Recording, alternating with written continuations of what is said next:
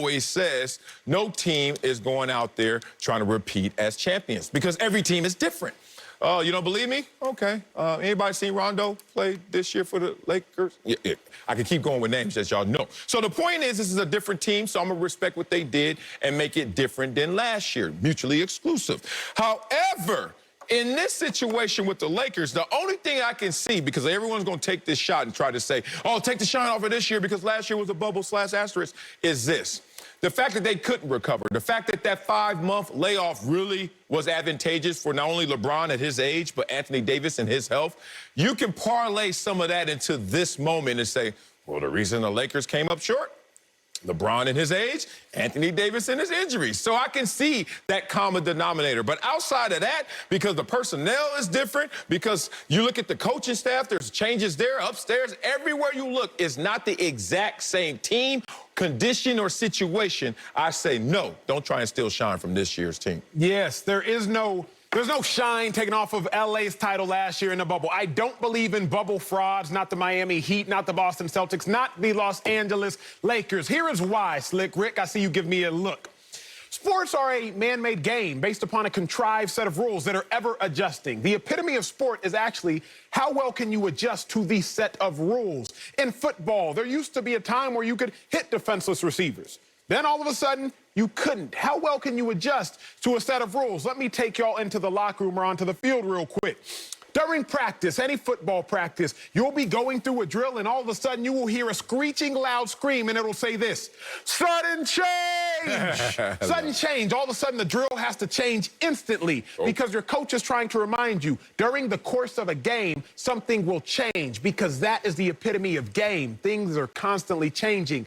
Last year, during the NBA season, the world yelled, sudden change! 5-month halts in basketball. Who could adjust? The Lakers adjusted better than everybody else. They were beneficiaries more so than any other team. It didn't affect all the Lakers greatly. I'm sure Kuzma didn't benefit from 5 months off. He can't focus on the court, so I doubt he could focus off of it. But the likes of LeBron James and Anthony Davis did benefit. So I don't believe the Lakers are bubble frauds. I don't believe their championship deserved an asterisk last year. Definitely doesn't deserve an asterisk this year because game is all about change and adjusting to change. And the Lakers did that last year.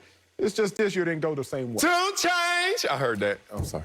Acho, you can believe that. Marcellus can believe that.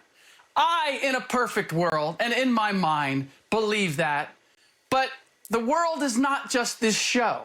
And the reality is, for all the reasons that Marcellus pointed out, there are plenty of people out there that are going to look at this first-round exit and then look back at the bubble and go, huh, were they really champions? I mean, were they really champions? And to your point, it's a different team. To me, the loss was last summer when they made the roster moves that changed this team profoundly. Last year's team, prior to the bubble was 6-2 without Anthony Davis. This year's team wasn't capable of playing that way, so there was a significant difference. However, there was also the mindset, and maybe it's not it didn't take the shine off of the Lakers championship. It took the shine off of LeBron and Anthony Davis and Rob Pelinka and their part in last year's championship. Because the belief was that these guys demonstrated, oh, you just need to give them a couple of pieces. But this is really about Anthony Davis and LeBron James coming together and Rob Pelinka picking up Dwight Howard and a bunch of pieces off of the salvage heap, and they were champions. And now we look at this team with a roster that was supposed to be better than last year's team and was, I dare say, more expensive, and they couldn't even get out of the first round. So, in a perfect world, no, it doesn't take anything off of last year.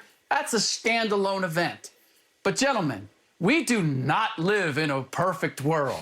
We will retroactively go back and look and say, to Marcellus's point, I mean, how do you put an asterisk on it now and yet say there's no shine taken off of it?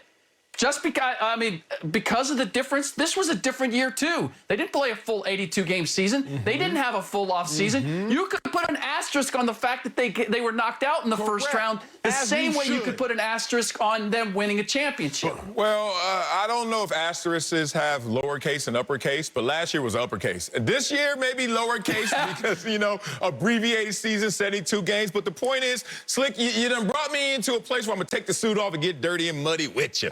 Ooh. Let me talk about what this asterisk looks like. Because last year, if the Clippers would have won, you wouldn't have heard me publicly say it. But privately, I've been like, yeah, that was an asterisk championship. Because I keep telling people this. You're looking at the national champion and the national record holder and running the 400 meters.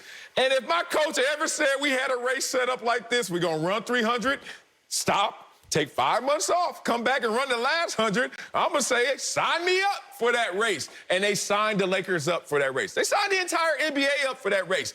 But whoever wins that race, the Lakers of last year, that ain't the champion like the 400 meters I used to have to run. So most NBA champions are sitting there privately saying, man, that ain't the same kind of ring we won. But I digress. Let's talk about that team last year of the champions. You guys, I want to see your faces because you laugh every time I brought this stat up. You laugh every time. Let's see who laughs last. Of the 18 champions since 2003, during their postseason run, the Lakers allowed the most points per game, highest opponent field goal percentage, and highest opponent three-point percentage.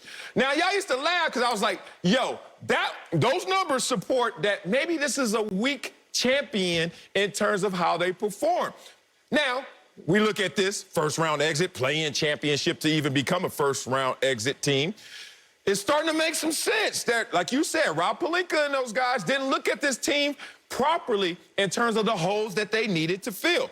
But I'm not going to damn the Lakers in completion because they are the 6th defending champions since 1984 to lose in the first round. So they're not setting any kind of history right here. They're not the first team to do this. There are 6 of them, including the Lakers. But it's still kind of weird coming off the asterisk year that you're going to pull this stunt right after. I'm about to say something that's going to make y'all's head hurt, and y'all are intelligent, so I'm really about to tug at your mental strings. Because, Slick, you brought up a point I hadn't heard before, but now I actually agree with. If we're being real, this year deserves more of an asterisk than the others. And here's why, Sel. Is sports not a measure of excellence as opposed to a measure of longevity? The reason so many people say that Michael Jordan is the greatest basketball player of all time is not because he has more longevity than LeBron James, but Michael Jordan's highs were higher than LeBron James's highs. See that? So if we are comparing the best of Jordan to the best of LeBron and Jordan wins, then shouldn't we use the same argument as far as titles? This year isn't even about who's more talented. It's about who can last the longest.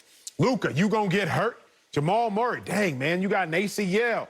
Spidey Mitchell, thank goodness you came back. AD, just trying to survive your own health. Joel Embiid, you just got hurt again. Look at the Boston Celtics. Made it to the Eastern Conference Finals. They got bounced 4-1. The Heat made it to the Eastern Conference Finals. They got bounced 4-0. The Lakers made it to the NBA Finals, won the NBA Finals. They just got bounced in the first round. Maybe, just maybe, oh yeah, I didn't mention the Nuggets who lost their star scorer because he got hurt. Maybe, just maybe, this shortening of this season is actually not a matter of who's the most talented team that's going to win this year.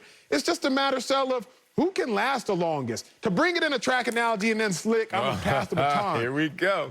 Sel, don't take a bunch of 100-meter short sprinters, tell them to run a 400, and then try to brag about who's the better 100-meter runner after they ran the 400. That don't make no sense.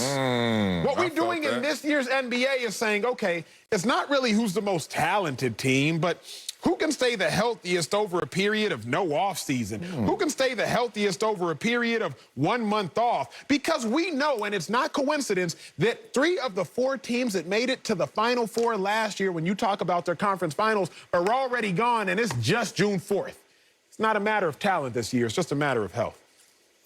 Okay, so but there's 2 ways to look at that, Acho, and I love the way you set this up. Because if we are going to have compensation for what happened this year, then don't we have to have compensation for what happened last year? Can we not say that, yes, 3 of the 4 are gone already?